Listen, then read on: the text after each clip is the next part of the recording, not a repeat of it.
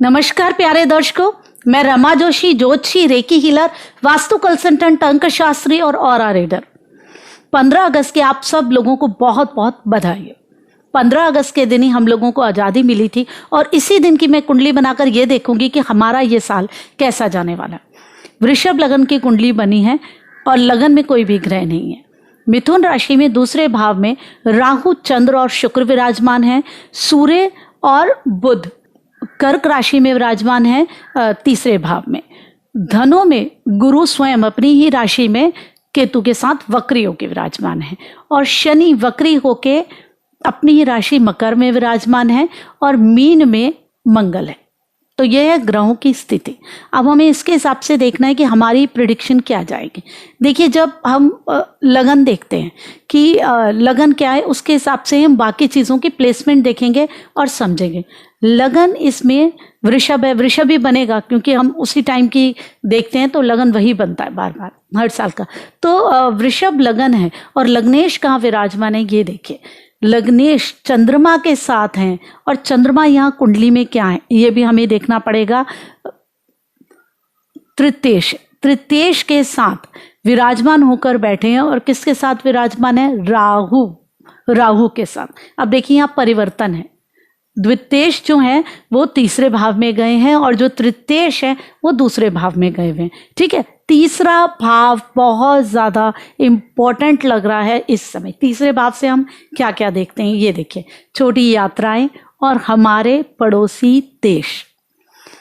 तो ये जो अब हमारा साल है देखिए बहुत ज़्यादा अच्छा तो जाने वाला नहीं। अच्छा नहीं लगता इस तरीके की बातें जब ऐसी प्रेडिक्शंस देनी पड़ती हैं। ऐसा मन करता है बहुत अच्छी अच्छी प्रेडिक्शंस देनी पड़े कि हमारा बहुत अच्छा जाएगा, बहुत प्रगति होगी, सब कुछ होगी, लेकिन ये कहना पड़ता है अगर हमें प्रेडिक्शंस में दिख रहा होता है तो।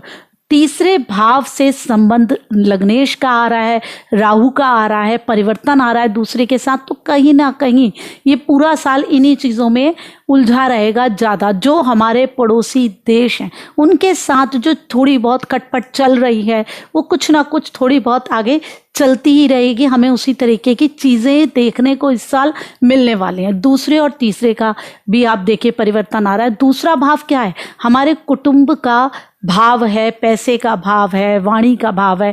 एक दूसरों के बारे में बहुत सारी बातें जो दोनों देश हैं वो बोलेंगे, हमारा देश भी उनका देश भी, बहुत सारी एक्टिविटीज़ होने वाली है। और राहु, राहु लेकर के आता है अननोन प्रॉब्लम्स, बहुत सारी अजीब सी चीज़ें, अजीब सी डिस्कशंस। तो हमारे जो पड़ोसी देशों के साथ फिलहाल जो एक चल रहे हैं हालात बहुत अच्छे नहीं चल रहे हैं, तो वही चीज़ें आगे भी इस पूरे साल अभी कंटिन्यू होने वाली है और सरकार के लिए बहुत आसान नहीं रहेगा। तो देखिए अभी इसके बाद ही बहुत सारी ग्रहों में परिवर्तन होने वाले हैं। सूर्य और बुध भी बदलने वाले हैं, एक दिन बाद ही बदल जाएंगे, राशि बदल जाएंगे।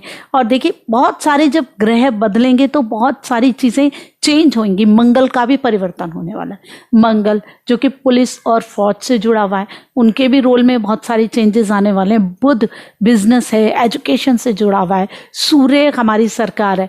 तो अब जो ये स्थिति चल रही है काफ़ी समय से, सरकार उसको संभालने की कोशिश भी कर रही है और काफ़ी हद तक हमारे सरकार ने इसको अच्छे से संभाला भी है। लेकिन अब जो परिस्थिति, ये नहीं है कि आगे नहीं संभालेगी, मैंने लेकिन बोला, लेकिन अब जो परिस्थिति आ रही है आगे, अब जो ज़्यादा दिक्कत आ रही है ये छोटी छोटी जो हमारे आसपास के देश हैं, हमें इनसे कहीं ना कहीं कुछ और बातें, कुछ कंफ्यूजिंग बातें, क्योंकि राहु क्या करता है? डाउट्स लाता है, परेशानियाँ लाता है, टेंशन्स लाता है। हमें डर रहेगा कहीं ये ना हो जाए, कहीं ये ना हो जाए। लोग बहुत ज़्यादा युद्ध की बातें करते रहेंगे, बार बार इस तरीके की बातें आएंगी। और जो अभी हम देख रहे थे पुलिस का जो एक काम बन गया था, लोगों को सिखा रही थी, अब वो वापस पुलिस और फौज अपने फॉर्म में आ जाएगी, पूरी अपनी एनर्जी में आ जाएगी।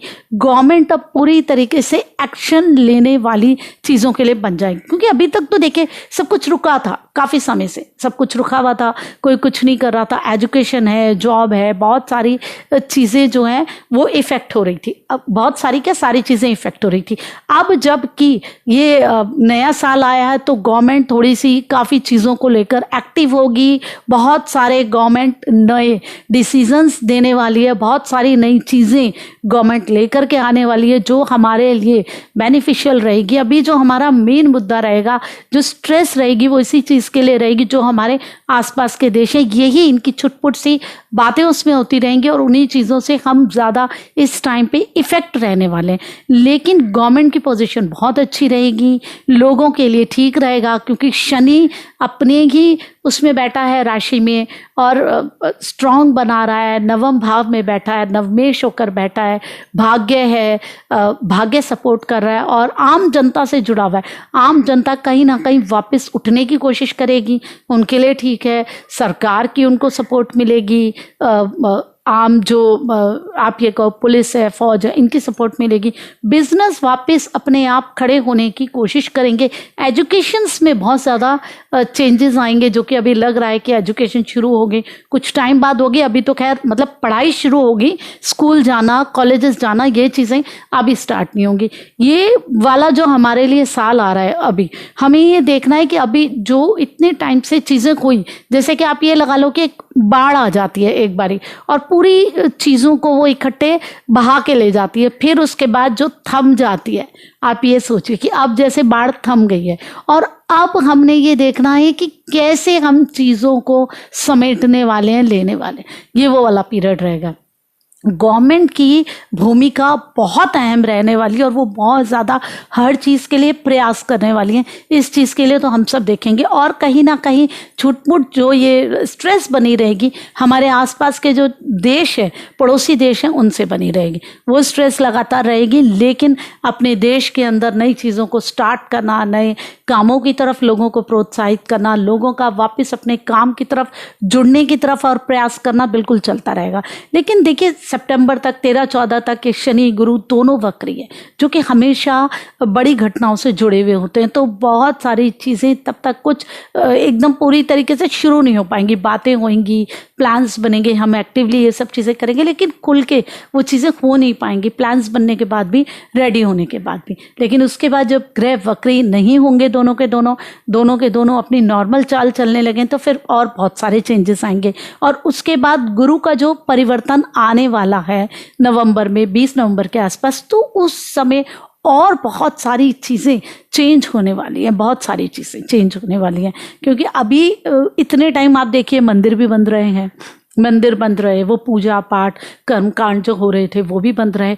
अब ये चीज़ें वापस शुरू होने वाली हैं और अब जब शुरू होंगी ना, इस साल लोग वापस अपने धर्म की तरफ, अपनी बेसिक जो धर्म की बात है उनकी तरफ जाने लगेंगे।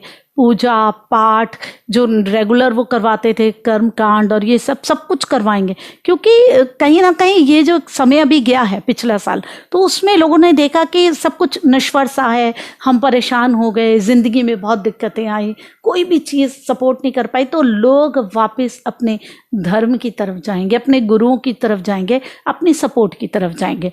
तो 15 अगस्त के दिन हम कुंडली बना के कम से कम अपनी जो हमारा नया साल है उसके बारे में देख सकते हैं, समझ सकते हैं। और उम्मीद करती हूँ कि आपको ये प्रेडिक्शंस अच्छी लगी होंगी, और अच्छी लगी होंगी मतलब ठीक लगी होंगी आपको। और आप मुझे कमेंट डालिए कि आपको क्या चीज़ें ठीक लगती हैं, जो मैंने बताया उस हिसाब से आपके साथ हुआ या नहीं हुआ। ऐसे ही बहुत सारी मैं बातें लेकर के आती रहूँगी। तब तक आप अपना सम्मान करें, ज्योतिष का सम्मान करें और ज्योतिषियों का सम्मान करें, जिन्होंने हमारे देश की धरोहर को संभाल के रखा। नमस्कार।